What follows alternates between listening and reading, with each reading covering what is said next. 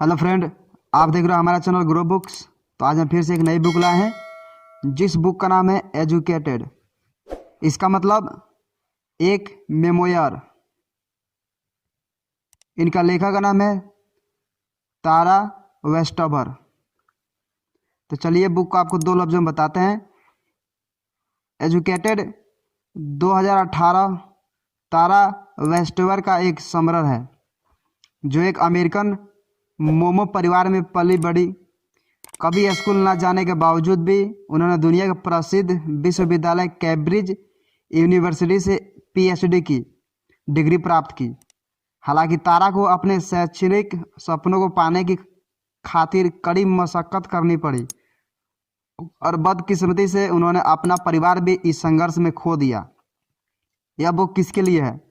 वे लोग जो प्रेरणादायक मेमोरियल पढ़ना पसंद करते हैं, कोई भी व्यक्ति जो मोर्मन फैमिली को करीब से जानना चाहता है, टीचर्स या फिर वे लोग जो हायर एजुकेशन में रुचि रखते हैं। अध्याय नंबर 1। तारा वेस्टवर एक खेत में पली बड़ी और स्कूलिंग के प्रति उनके परिवार का नज़रिया बेहद असमान था। आज के इस दौर में अमेरिका बहुत सारे अलग अलग लोगों के लिए अलग अलग मायने रखता है, लेकिन इस युवा राष्ट्र के शुरुआती दिनों से ही धार्मिक स्वतंत्रता इसका गौरव रही है। दरअसल सेंट्रल अमेरिका में ऐसी जगह की तलाश में आए थे जहां वे अपने फेथ की प्रैक्टिस कर सकते थे।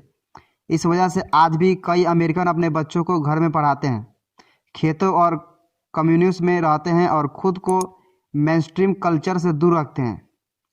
जब उनसे इस बारे में सवाल किया जाता है तो वे इसको लेकर अपने धार्मिक कारणों का हवाला देते हैं। इस तरह के एक अमेरिकी धर्म मोमनवाद, यह एक विशाल अमेरिकी धर्म है जिसकी शुरुआत 1800 के दशक में हुई थी। यह उस समय की बात है जब संयुक्त राज्य अमेरिका में पश्चिमी विस्तार चल रहा था। इस दौरान बहुत सारे लोग उस जगह जाकर बसे जिसे आज यूटा के नाम से जाना जाता है। आज मोमन पूरे यूनाइटेड स्टेट्स में बस चुके हैं और लेखिका का परिवार भी उनमें से एक है। तारा वेस्टवर इदाहो के एक खेत में रहती थी जो यूटा के ठीक ऊपर मौजूद है। किताब में आगे बढ़ते हुए हम जानेंगे कि कैसे वेस्टोवर फैमिली मोर्मन या अमेरिकन किसी भी स्टूडेंट से एक टिपिकल फैमिली नहीं थी। वेस्टोवर फैमिली के अपने ही अनोखे नियम कायदे थे जो न तो पूरी तरह से अमेरिकन थे और न ही मोर्मन। इसी वजह से वेस्टोवर फैमिली के बच्चों के लिए बाहरी दुनिया काफ़ी मुश्किल हो गई।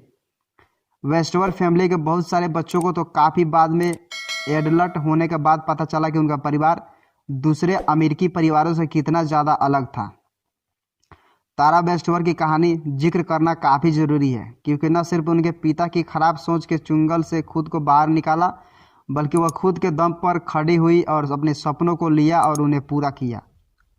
जब लेखिका तारा 7 वर्ष की थी तो वह अपने ज़्यादातर वक्त इडाहो के अपने खेतों में गुजारा करती थी। उन्हें वह खुशनुमा दिन अच्छी से याद है जब वह खुले आसमान के नीचे खेला करती थी और उनके बालों से होकर गुजरने वाली हवा उन्हें एक गर्म सांस के जैसा एहसास कराती थी। तारा अपने परिवार के 7 बच्चों में से सबसे छोटे थे। परिवार में सबसे छोटी बेटी होने और केयर फ्री होने के बावजूद भी वह जानती थी कि उनका परिवार एक असमान परिवार है। स्कूल जाने की उम्र में न तो कभी तारा और ना ही उनके भाई बहन कभी स्कूल गए। उन्होंने कभी भी स्कूल में कदम नहीं रखा और ना ही किसी हॉस्पिटल या फिर डॉक्टर के ऑफिस में। तारा घर में ही पैदा हुई थी, इसलिए उनका कोई जन्म प्रमाण पत्र भी जारी नहीं किया गया था। लेकिन इसका मतलब ये बिल्कुल भी नहीं है कि तारा ने अपने बचपन में ज़िंदगी के ज़रूरी सबक नहीं सीखे। एक चीज़ जो उन्होंने बहुत अच्छे से सीखी वह थी गर्मियों में पके हुए आलूओं को बोतल में रखना और फिर सर्दियों के दौरान उनकी सप्लाई करना। तारा अपने आसपास के पहाड़, बक्स पीक की लय में अच्छी तरह घुली हुई थी। इस चोटी के तारा के पिता जीन एडियन प्रिंसेस कहा करते थे। तारा का पिता जीन उन्हें घर में ही पढ़ाने में पक्ष में थे, जबकि तारा की दादी का भी मानना था कि वो उनके पोते को स्कूल में घर से ज़्यादा बेहतर शिक्षा दी जा सकती है। जिनका मानना था कि स्कूल समाजवादी सरकार द्वारा बच्चों को ब्रेन वॉश करने और उन्हें मशीन में तब्दील करने के लिए साधन के सिवाय कुछ भी नहीं है। एक दिन तारा की दादी उनके पास आई और उन्होंने उनसे कहा कि वो कल सुबह 5 बजे एरिजोना के लिए रवाना हो रही है, और उन्होंने तारा से कहा यदि वो चाहे तो उनके साथ चल सकती है, जहां उनकी किसी स्कूल में दाखिल कराया जा सकता है। ये सुनने के बाद तारा को उस रात नींद नहीं आई और उन्होंने इस विषय पर अपने मन में और अपने परिवार के साथ काफ़ी विचार विमर्श किया। घड़ी की सुइयां लगातार चलती रही और 5 बजते बजते तारा ने फैसला किया कि वह एरिजोना नहीं जाएगी और अपने पेरेंट्स के साथ ही रहेगी। अपने राजनीतिक नियम कानूनों के अलावा जीन एक धार्मिक व्यक्ति भी थे। वे अपने हाथों से काम करके मेहनत के रास्ते से इनाम पाने में यकीन रखते थे और वह अपने परिवार को एक फैथफुल मोर्मन परिवार के रूप में पालने के लिए प्रतिबद्ध थे। जिनका मानना था कि एक औरत की असली जगह उसका घर होती है, और यह बात तारा का माँ फे पर पूरी तरह से फिट बैठती थी। वह एक ट्रेडिशनल मोर्मन महिला थी जो अपने वैवाहिक जीवन और मदरहुड के प्रति पूरी तरह समर्पित थी। इसके अलावा कस्बे की दूसरी महिलाओं के लिए एक दायी रूप से में भी काम करती थी। अध्याय नंबर 2। वेस्टओवर भाई बहनों को खुद से पढ़ाने के लिए छोड़ दिया गया और उन्होंने एक दूसरे को स्कूल जाने के लिए प्रोत्साहित किया। यह कहना है कि तारा और उनके भाई बहन घर होम स्कूल्ड थे। पूरी तरह न्यायपूर्ण नहीं होगा। अब तारा 4 साल की थी तो उनके बड़े भाई टोनी ने उन्हें पढ़ाना सिखाया, और उसके बाद कुछ सालों तक तारा की माँ ने अपने बच्चों को थोड़ा सा गणित और इतिहास पढ़ाया। लेकिन जब तारा 8 साल की हुई तो उनको होम स्कूलिंग बंद कर दी गई। जिंदगी के इस पॉइंट पर वेस्टओवर बच्चों को खुद से पढ़ने के लिए छोड़ दिया गया। इसका मतलब था कि तारा और उनके भाई बहन उन्हीं विषयों को पढ़ सकते थे जिसे वे पहले से घर में पढ़ चुके थे। अब उन्हें पढ़ाने के लिए भी कोई भी व्यक्ति मौजूद नहीं था। इसलिए जब भी तारा को गणित सीखने का मन करता था, वो अपनी पुरानी नोटबुक को खोलती थी और उनसे समझने का प्रयास करती थी। फिर रोज़ाना अपने बच्चों को लोकल पब्लिक लाइब्रेरी ले जाते थे। वहाँ पे अपनी दोपहर बिताते थे और जो किताब उन्हें पसंद आती थी उसे पढ़ते थे। वेस्टओवर परिवार के सभी बच्चों में से तीसरे नंबर का लड़का टाइलर पढ़ने में सबसे ज़्यादा रुचि रखता था। जब वह 18 साल का हुआ तो उसने कॉलेज जाने का साहसिक फैसला किया। तारा उस समय सिर्फ 10 साल की थी और उन्हें अच्छी तरह याद है कि यही वो वक्त था जब उन्होंने स्कूल जाने के बारे में पहली बार सोचना शुरू किया था। हैरानी की बात तो यह थी कि तारा के पिता जीन टाइलर के फैसले से बिल्कुल भी खुश नहीं थे। इसके पीछे की वजह यह थी कि जीन को अपने खेती बाड़ी को सही ढंग से चलाने के लिए टाइलर की ज़रूरत थी, क्योंकि टाइलर के 2 बड़े भाई पहले ही घर छोड़ चुके थे। उनका मानना था कि टाइलर के चले जाने से खेतों को संभालने की सारी जिम्मेदारी तारा, उसकी बड़ी बहन और ऑड्री और उसके 2 भाइयों रिचर्ड और ल्यूक पर आ जाएगा।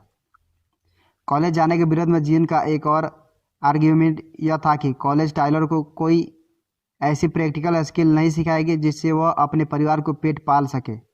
जिन को लगता था कि किताबें पढ़ने और कागज़ पर कुछ शब्द लिखने से टाइलर का कुछ भी भला नहीं होगा। इसके अलावा जिन को यह भी डर था कि कॉलेज जाने से टाइलर का समाजवादी और इल्यूमिनाटी के एजेंटों द्वारा ब्रेन वॉश कर दिया जाएगा। लेकिन अपने पिता के विरोधात्मक सोच के बावजूद भी टाइलर कॉलेज गया और तारा के मन में भी उसने हायर एजुकेशन के बारे में जिज्ञासा का बीज मजबूती से बोया। टाइलर के कॉलेज जाने के कुछ ही समय बाद तारा भी पढ़ाई में और ज़्यादा मेहनत करने लगी और अपनी परवरिश के हिसाब से तारा मोमन और न्यू टेस्टमेंट की किताबें पढ़कर धर्म का अध्ययन करने लगी। इसके अलावा उन्होंने आस्था और बलिदान जैसे विषयों पर भी निबंध लिखना शुरू कर दिया। इस घटना के बाद तारा के मन में स्कूल जाने का विचार और ज़्यादा मजबूत हो गया। जब तारा 11 साल की हुई तब उनके ज़्यादातर भाई और बड़ी बहन ऑड्री घर छोड़ चुकी थी। इस वजह से जीन के खेतों में काम करने वाले लोगों की काफ़ी संख्या कम हो गई थी, जिससे जीन को धीरे धीरे अपना फैमिली बिजनेस खेती किसानों से जंकयार्ड यानी कबाड़ खानों की तरफ ले जाना पड़ा, जहां तारा पुरानी कारों का कबाड़ बिनने में उनकी मदद करते थे। भले ही तारा सिर्फ 11 साल की थी, लेकिन उनमें आज़ाद होने की इच्छा कूट कूट कर भरी थी, जिसकी वजह से वह खुद की नौकरी ढूंढ रही थी। एक दिन वह अपनी साइकिल पर सवार होकर अपने लोकल पोस्ट ऑफिस पहुंची, जहां उन्हें बेबी सिटर सर्विस के लिए एक विज्ञापन पोस्ट किया।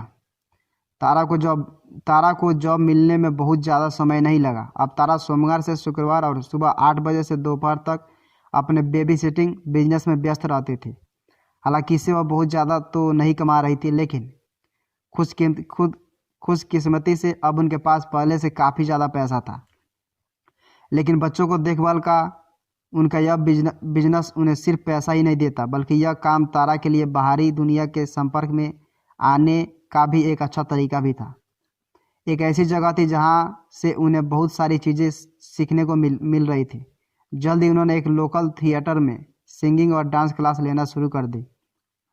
तारा को गायन और डांस के ट्रेनिंग के बारे में एक महिला से पता चला, जिसके बच्चों को वह संभाल रही थी। उसने तारा को लोकल पापाजाय गैस स्टेशन के ऊपर आयोजित होने वाली डांस क्लास में जाने की सलाह दी। तारा ने तुरंत क्लासेस ज्वाइन कर ली। हालांकि उनके पिता ने उन्हें वहां जाने से रोकना चाहा। उनका कहना था कि डांस सीखने के लिए उनकी उम्र काफ़ी छोटा है। डांस क्लास के बाद सिंगिंग की क्लास चलती थी और सिंगिंग से तारा के पिता का कोई आपत्ति नहीं थी। कुछ सिंगिंग क्लासेस जाने के बाद तारा ने संडे को चर्च में गाना शुरू कर दिया और कुछ ही समय बाद वह संगीत मंडली को लीड करने लगे। उनके हुनर को देखते हुए उन्हें लोकल विम क्रिक ओपेरा हाउस में परफॉर्म होने वाले एक नाटक में हिस्सा दिया गया। और हैरानी की बात तो यह थी कि तारा के हर कार्यक्रम के दौरान जीन समेत पूरा वेस्टोवर परिवार पहली लाइन में बैठा रहता था। हालांकि नाटक के ख़त्म होते ही तारा की ज़िंदगी अपने पुराने फीके रंग में दोबारा लौट आती थी। और जैसे ही 1 जनवरी साल 2000 की तारीख करीब आई तो जीन के दिमाग में ये ख्याल मजबूत हो गया कि अब दुनिया अब ख़त्म होने वाली है। शायद आपको याद होगा कि 21वीं सदी की शुरुआत में कई लोगों में तथाकथित Y2K BUG का खौफ था, जिसके बारे में माना जा रहा था कि इससे दुनिया भर की कंप्यूटरों का खतरा हो सकता है। हालांकि जिन को लगता था कि यह केवल कोई तकनीकी दिक्कत नहीं है, बल्कि अब दुनिया का अंत करीब आ चुका है। सालों से जिन एक इमरजेंसी बंकर में खाना और हथियारों को स्टोर कर रहे थे, जो उन्हें इदाहो अपने एक खेत में खोदा था। 31 दिसंबर आया और चला गया, और जिन की बेकार की तमाम चिंताओं के बावजूद भी कुछ नहीं हुआ। अध्याय नंबर 3। तारा के परिवार के पास मेडिकल असिस्टेंस से इनकार करने और खतरों को अनदेखा करने का इतिहास था। साल 2000 शुरू होते ही पूरी दुनिया में सब कुछ समान चल रहा था और दुनिया को समय को सही से गुजरता देख जिन का विश्वास डगमगा रहा था।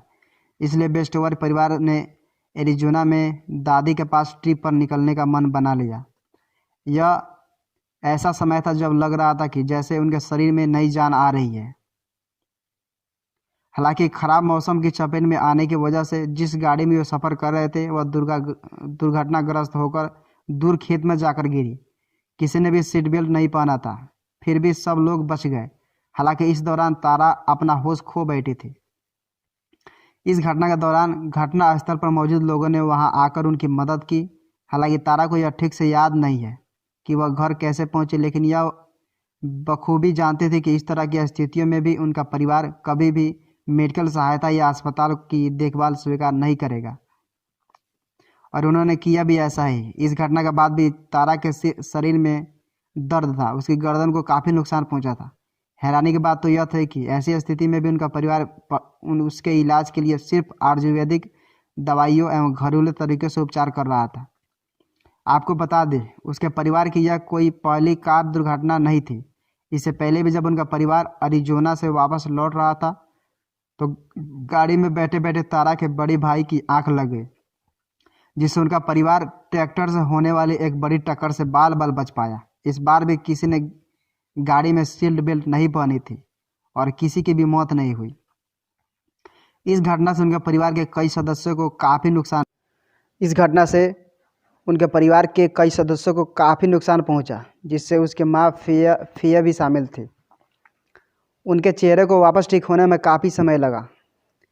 तारा की माँ को इस घटना की वजह से सिर में भी अक्सर दर्द होता था और उनकी याददाश्त में भी फर्क पड़ा था, लेकिन कभी भी उन्होंने किसी डॉक्टर के पास जाने के बारे में नहीं सोचा। दरअसल इन सभी घटनाओं को पढ़कर लगता है कि ऐसे गंभीर शारीरिक मामलों में भी उनका परिवार काफ़ी पुरानी और कट्टर सोच रखता था। तारा का बड़ा भाई रोशन अक्सर लड़ाई झगड़ा किया करता था, लेकिन उसको कभी भी घर में किसी ने डांट फटकार नहीं लगाई। जब तारा 15 वर्ष की हुई तो अब वह धीरे धीरे थोड़ा मेकअप करने लगी और अपने थिएटर के एक दोस्त चार्ल्स से उनकी नज़दीकियाँ बढ़ने लगी।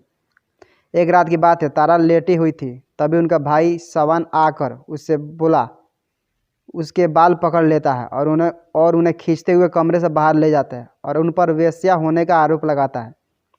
शॉन की यह पहली ऐसी हरकत नहीं थी, वह पहले भी कई बार ऐसी हरकतें कर चुका था। शॉन की इन हरकतों से तारा को काफ़ी दुख होता था। ऐसी हरकतों करने के बावजूद भी तारा के पिता शॉन को उसकी हरकतों को लेकर कभी भी डांटते फटकारते नहीं थे, क्योंकि उन्हें लगता था कि यह कोई बड़ी बात नहीं है। लेकिन तारा इमोशनल तौर पर इससे काफ़ी आहत हो चुकी थी। हालांकि वह लगातार खुद को समझाती रहती थी कि वह इमोशनली कमज़ोर नहीं है, और जब वह ऐसी स्थिति में रोती थी तो वह अक्सर खुद से कहा करती थी कि यह सिर्फ उनका शारीरिक दर्द और कुछ भी नहीं है, और वह बार बार इस बात को अपने मन में रिपीट किया करती थी। जब तारा 16 वर्ष की हुई तो वह अक्सर सोचा करती थी कि कॉलेज उनके प्लान की हुई ज़िंदगी में कैसे फिट बैठेगा। तारा को पहले से उनके पिता ने कह दिया था कि जैसे ही वह 18 या 19 साल की होगी उनकी शादी करा दी जाएगी, और शादी के बाद खेत का एक हिस्सा उनके पति को दे दिया जाएगा जहां वे दोनों रहने के लिए घर बना सके। लेकिन टाइलर, जो तारा का बड़ा भाई था, अक्सर उन्हें घर छोड़कर कॉलेज जाने के लिए उत्साहित करता रहता था। टेलर अपनी बहन तारा को अक्सर बताया करता था कि उन्हें एक्ट टेस्ट में बस पासिंग मार्क से पास होना ज़रूरी है। वह अक्सर ब्रिघम योग यूनिवर्सिटी, जो कि यूटा में एक मोमन कॉलेज था जिसमें होम स्कूल स्टूडेंट्स को एडमिशन मिल जाता था, के बारे में तारा को बताया करता था। टाइलर के मुंह से यह बात सुनकर तारा को एक नया जोश आ गया और उन्होंने एक्ट एग्ज़ाम के लिए पूरी मेहनत से पढ़ना शुरू कर दिया। इस दौरान जब तारा ने लॉन्ग डिवीज़न के बारे में पढ़ना शुरू किया तो मैथ्स में उनकी रुचि एकदम से कम हो गई। इस काम को आसान बनाने का तारा की माँ ने उनकी मदद की और उन्हें अलजब्रा सिखाया।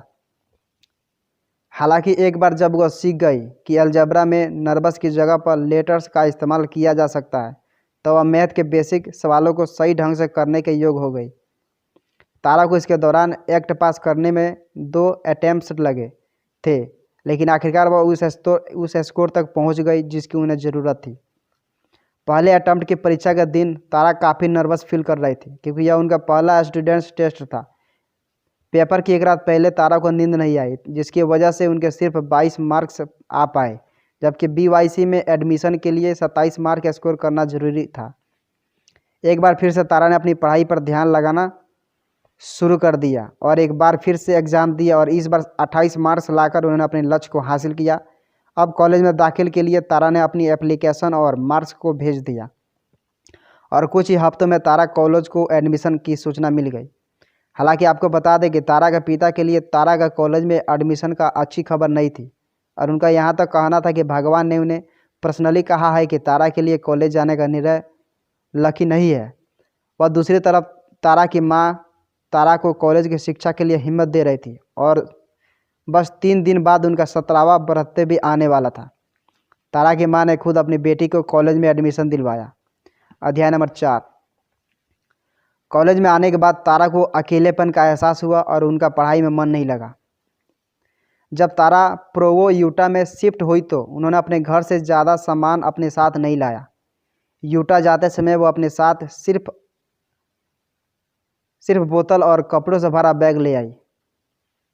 जिस अपार्टमेंट में तारा रहती थी उनमें उनके साथ BYU की 2 और छात्राएं भी रहती थी, जिनके व्यवहार से अक्सर तारा को हैरानी होती थी।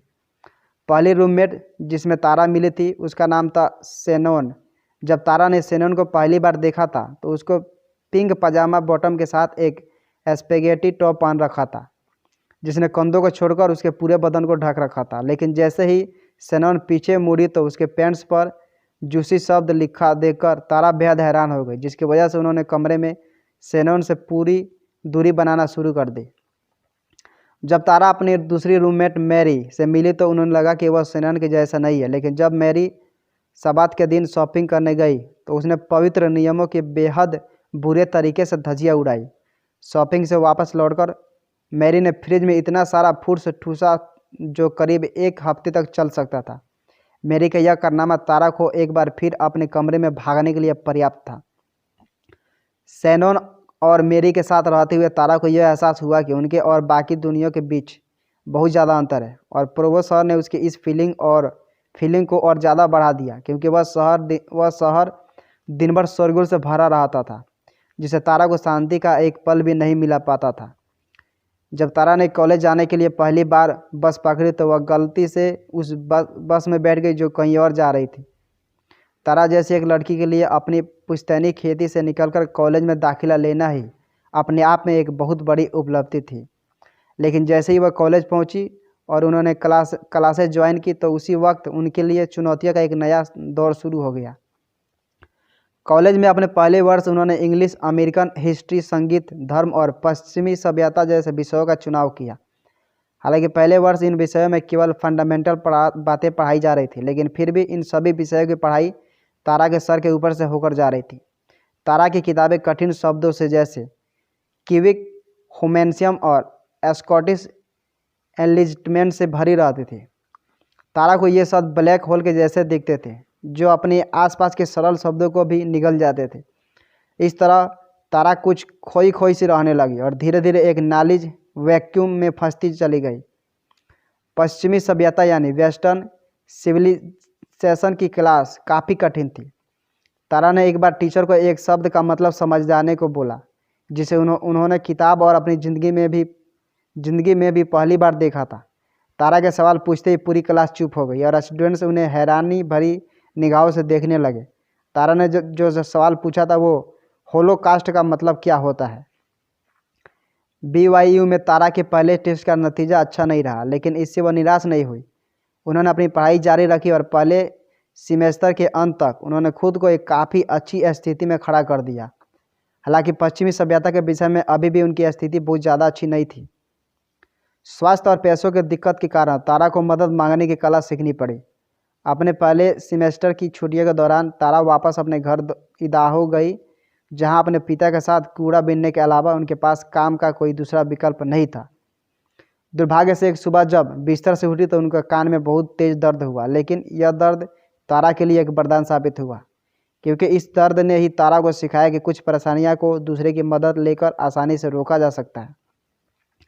जब तारा ने अपने कान दर्द के बारे में थिएटर के अपने पुराने दोस्त चार्ल्स को बताया तो उसने तारा को सलाह दी कि उन्हें आइबुप्रोफेन नाम का एक ड्रग लेनी चाहिए, जो उसके कान में हो रहे दर्द को कम कर सकती है। पहली बार में तो तारा ने चार्ल्स को सीधे सीधे मना कर दिया, क्योंकि उनके पेरेंट्स ने जहरीले ड्रग्स के बारे में उन्हें बचपन से ही वार्निंग दे रखी थी।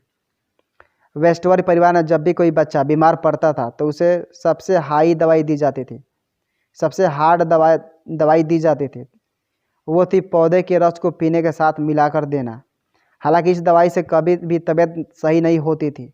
आखिरकार जब चार्ल्स ने तारा के सामने पानी से भरा गिलास और 2 आइब्रोफेन रखी तो उन्होंने उसे ले लिया, और हैरानी की बात तो ये थी कि सिर्फ 20 मिनट के अंदर ही उनका कान दर्द गायब हो गया। लेकिन तारा का नशीली दवाइयों के प्रति डर अभी भी उनके अंदर मौजूद था। घर से वापस परोवा आने के बाद तारा का गला खराब हो गया। कई दिनों के दर्द और रूममेट्स के फोर्स करने के बाद फाइनली तारा डॉक्टर के पास जाने के लिए तैयार हुई।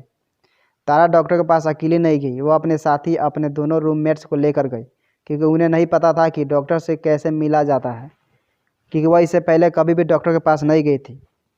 क्लिनिक से बाहर निकलते वक्त तारा सोच रही थी कि डॉक्टर के पास जाना तो बहुत ही आसान काम है, तो मैं तो खामखा डर रही थी। जहाँ एक तरफा तारा की सहेलियाँ आधुनिक दवाइयों के प्रति उनके मन में बैठे डर को निकालने की कोशिश कर रही थी, वहीं दूसरी तरफ एक स्थानीय चर्च ने उन्हें अपनी आर्थिक मदद स्वीकार करने में मदद की। कॉलेज में बहुत सारे खर्च होते हैं, खासकर किताबों का। अपनी पढ़ाई का खर्च उठाने के लिए तारा ने एक गार्ड से लेकर एक आइसक्रीम सेलर जैसी जॉब भी की। हालांकि इस तरह की छोटी छोटी नौकरियां करने से भी उसकी माली हालत में कोई बहुत ज़्यादा सुधार नहीं आया। पैसे की यह कमी तब खतरनाक हो गई जब तारा का एक दांत सड़ने लगा और उन्हें एक ऑपरेशन की ज़रूरत थी। तारा अपने लोकल चर्च के लगातार संपर्क में थी, इसलिए जब चर्च के पादरी को तारा की स्थिति के बारे में पता चला तो उन्होंने तारा के नाम एक चेक लिखा और उन्होंने आर्थिक सहायता लेने के लिए भी कहा, मगर तारा किसी की मदद लेने के प्रति बेहद अड़ियल थी। खासकर सरकारी मदद की, लेकिन चर्च पादरी को भी बड़े जिद्दी किस्म के इंसान थे। उन्होंने भी तारा को सही रास्ते पर लाकर ही दम लिया। अध्याय नंबर 5। जैसे जैसे तारा ने आगे की पढ़ाई की, उन्हें अपने पिता की आदतों के बारे में गहरी जानकारी मिली। जब तारा 19 साल की हुई तो वह स्टूडेंट लोन पाने के योग्य हो गई, और यह पहली बार था जब तारा बिना किसी फाइनेंशियल चिंता के अपना जीवन जी सकती थी। इस तरह अब वह खुद को पढ़ाई में पूरा मशगूल करने के लिए आज़ाद थी और आसानी से अपनी पढ़ाई जारी रख सकती थी। दुनिया के बारे में पढ़ते तारा को अपने आप पता चलेगा कि उनके पिता ने जो कुछ सिखाया वह कितना गलत था। साइकोलॉजी के कोर्स में उनका परिचय बाइपोलर डिसऑर्डर से हुआ। उन्होंने जब इसके लक्षण का अध्ययन किया तो उन्हें पता चला कि डिप्रेशन, पागलपन, पैरानाइया, यूफोरिया, महानता का भ्रम और परसिक्यूशन यानी उत्पीड़न जैसी चीज़ों इन मानसिक बीमारियों के लक्षण होते हैं। इस बात से उन्होंने बहुत गहरा झटका दिया क्योंकि ये सारे लक्षण उनके पिता में मौजूद थे। दरअसल तारा के पिता जीन सरकार और आधुनिक मेडिकल सुविधाओं के प्रति पैरानाइया से भरे हुए थे। गुजरते वक्त के साथ वे यूफोरिया से भी पीड़ित होने लगे, जिसके कारण कुछ समय के बाद वे बुरी तरह से डिप्रेशन का शिकार हो गए। इस तरह तारा बाइपोलर डिसऑर्डर के बारे में जितना हो सके उतनी जानकारी हासिल करने में जुट गई। जल्द ही तारा को एहसास होने लगा कि उनके पिता की इस बीमारी ने उनके परिवार का किस हद तक ब्रेन वॉश किया है। एक एहसास के साथ ही साथ तारा को इस बात पर भी गुस्सा आया कि उनके पिता के मानसिक डिसऑर्डर के कारण उन्हें और उनके भाई बहनों को सालों तक डर के साये में जीना पड़ा। लेकिन तभी उनको पता चला कि उनके पिता का सामान एक घातक दुर्घटना हो चुका है। एक सुबह तारा की बहन ऑड्री ने उन्हें बताया कि जंकयार्ड में धमाका होने से पापा घायल हो गए हैं। उनके काफ़ी शरीर जल चुकी है, मगर वे अभी भी अस्पताल जाने से मना कर रहे हैं। अगर ऐसे ही चलता रहा तो उनकी मौत हो सकती है। अगर उनके बहन ने उन्हें पहले फ़ोन नहीं किया होता तो शायद तारा जल्दी घर जा पाती और अपने पापा को गुड बाय कह सकती थी। तारा जल्दी से घर पहुंची और उन्होंने अपने पिता को बेड पर बेसुध पड़े देखा। उनका आधा चेहरा, हाथ, कंधे और छाती पूरी तरह से जल चुकी थी। उस रात 2 बार उनका दिल धड़कना बंद हो गया था, जिसकी वजह से सबको लगा कि वे ज़्यादा समय तक बच नहीं पाएंगे। लेकिन हैरानी की बात तो यह थी कि जीन दूसरी सुबह भी जिंदा थे। कॉलेज की शुरुआत में तारा जिस विषय पर सबसे ज़्यादा फोकस करना चाहती थी वह था संगीत। लेकिन बीतते वक्त के साथ तारा को यह महसूस होने लगा कि उनकी असली रुचि हिस्ट्री और पॉलिटिक्स में है। इन 2 विषयों के क्लासेस को तारा भी कभी भी मिस नहीं करती थी।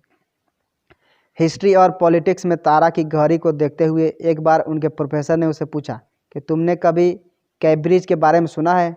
इस पर तारा ने जवाब दिया, नहीं, अभी तक तो नहीं। कैम्ब्रिज से उनका मतलब इंग्लैंड के विश्व प्रसिद्ध यूनिवर्सिटी ऑफ कैम्ब्रिज से था, जहां पर वे तारा जैसे ईगर स्टूडेंट्स के लिए स्टडी अब्रॉड प्रोग्राम चलाया करते थे। प्रोफेसर के समझाने पर तारा ने इस प्रोग्राम के लिए आवेदन कर दिया और उनका सिलेक्शन हो गया।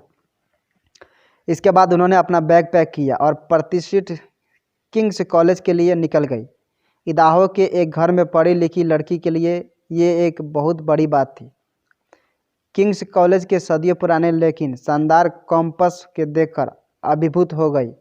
अपने आसपास की सुंदरता उन्हें एक चमत्कार के जैसा एहसास दिला रही थी, लेकिन उनके पास कैंपस की खूबसूरती को करीब से निहारने का वक्त नहीं था, क्योंकि उनके प्रोग्राम का पहला हफ्ता पूरी तरह लेक्चर से भरा हुआ था और एक प्रोफेसर सिर्फ एक स्टूडेंट पर ध्यान दे रहा था ताकि स्टूडेंट अपनी रिसर्च पूरी तरह फोकस कर सके।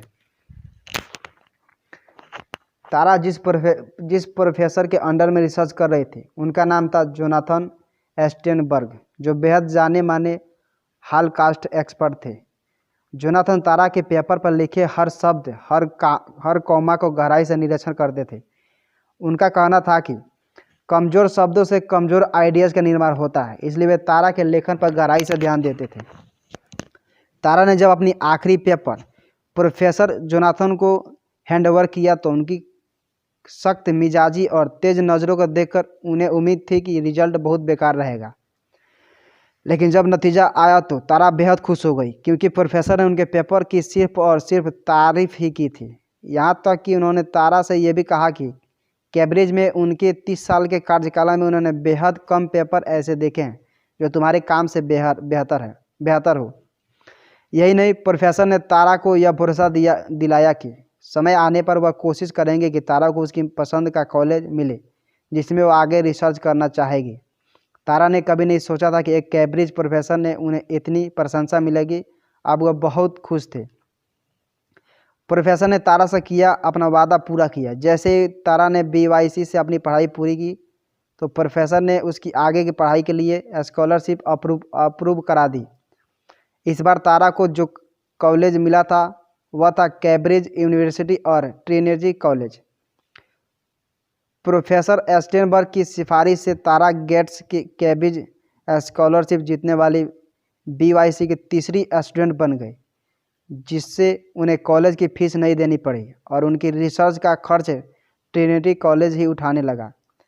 इस घटना के बाद तारा अपने टाउन इदाहो में एक तरह की लोकल सेलिब्रिटी बन गई, जहां पर स्कूल न्यूज़पेपर और TV रिपोर्टर तारा का इंटरव्यू लेने के लिए बहुत ज़्यादा उत्सुक थे। अध्याय नंबर 6। ट्रिनिटी कॉलेज में तारा को काफ़ी अच्छा लगा, लेकिन तभी उनके घर से एक बुरी खबर आई। इस बार जब तारा दोबारा इंग्लैंड आई तो वह ट्रिनिटी कॉलेज के कैंपस को देखकर भी उतनी हैरान हो गई जितनी वह किंग्स कॉलेज को देखकर हुई थी। ट्रिनिटी का हर कोना जीना पुराना था, उतना ही सुंदर भी था। तारा की खुशी इस बार दोगुनी थी, क्योंकि इस बार वह एक विजिटर नहीं बल्कि एक ग्रेजुएट स्टूडेंट की हैसियत से कॉलेज में प्रवेश कर रही थी और कॉलेज में उनके रिसर्च रूम के बाहर से उनका खुद का नाम लिखा हुआ था। जिंदगी में यह पहला मौका था जब तारा को लगा कि वह सही में उस जगह है जहां उसे होना चाहिए था। तारा के लिए ट्रिनिटी अपनी सोशल स्किल्स को बेहतर बनाने के लिए भी एक बेहतर जगह थी, जहां पर वह ऑकवर्ड तरीके से खुद को दूसरे स्टूडेंट्स में इंट्रोड्यूस करवाती रही जब तक कि उनके कुछ दोस्त नहीं बन गए। ट्रिनिटी आकर तारा ने अपनी ज़िंदगी को पुराने नियमों को भी ढील देना शुरू कर दी। मसलन जब उनके क्लासमेट्स उन्हें कॉफ़ी पे चलने को बोलते थे तो वह अक्सर तैयार हो जाते थे, जबकि उन्होंने पहले कभी भी ऐसी कोई चीज़ें ट्राई नहीं की थी, क्योंकि मोर्मन चर्च कॉफ़ी पीने की इजाज़त नहीं देती। इस तरह उन्होंने चर्च के नियमों को तोड़ते हुए पहली बार शराब भी पी। तारा धीरे धीरे अपने रूढ़िवादी नियमों से आगे निकल रहे थे। अपने दोस्तों के साथ रोम की ट्रिप पर तारा ने एक और कदम आगे बढ़ाया और उन्हें अपने परिवार, खेतों, जंकाई, होम स्कूलिंग और अपने लियोनेटिक पिता के बारे में खुलकर बताया। हालांकि तारा के घर इदाहो में स्थित बद से बदतर होते जा रही थी। एक दिन तारा को अपनी बहन ऑड्री का ईमेल मिला जो उनके भाई शॉन के बारे में था। शॉन ने ऑड्री पर भी ठीक वैसे ही अटैक किया जैसे कि उसने एक बार तारा पर किया था, और मुसीबतों पर ध्यान न देना और चुप रहने की उनके परिवार की पुरानी आदत के कारण शॉन को कुछ भी नहीं कहा गया। हालांकि इस बार ऑड्री ने फैसला किया कि वह शॉन और अपने परिवार को डट कर सामना करेगी, लेकिन इसके लिए ऑड्री को तारा के सपोर्ट की ज़रूरत थी। तारा ने निश्चय किया कि वह अपनी बहन और माँ की मदद करेगी। इसके बाद तारा ने अपने पिता जिन से शॉन की शिकायत की, लेकिन यह आसान नहीं था। इसी बीच वेस्टवर्क का नया फैमिली बिजनेस कॉफ़ी फूल रहा था। उन्होंने मेडिसिनल ऑयल्स की नई सीरीज लॉन्च कर दी थी जो कि बहुत ज़्यादा पॉपुलर हो रही थी। उनके प्रोडक्ट्स इतने ज़्यादा पॉपुलर हुए कि फे और जिन को एक कंपनी से $3 मिलियन का ऑफर आया जो उनके बिजनेस को खरीदना चाहती थी, और जिन की मानसिक स्थिति को देखते हुए इसमें कोई हैरानी की बात नहीं है कि उन्होंने इस ऑफर को ठुकरा दिया।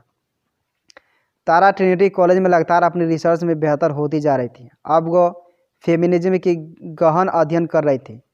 फेमिनिज्म एक ऐसा शब्द था जिसके निगेटिव पहलू से ही तारा अब तक रूबरू हो पाई थी। तारा जिस समाज से आई थी वहाँ पर पुरुषों को ही लीडर समझा जाता था, जब महिलाओं को सिर्फ बच्चे और घर संभालने वाले माना जाता है।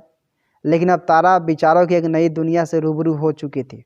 उनके पास अब शब्दों की एक ऐसी ताकत आ चुकी थी जिससे वह महिलाओं की समस्याओं को बयां कर सकती थी जो उन्होंने बचपन में अपने आसपास महसूस की थी।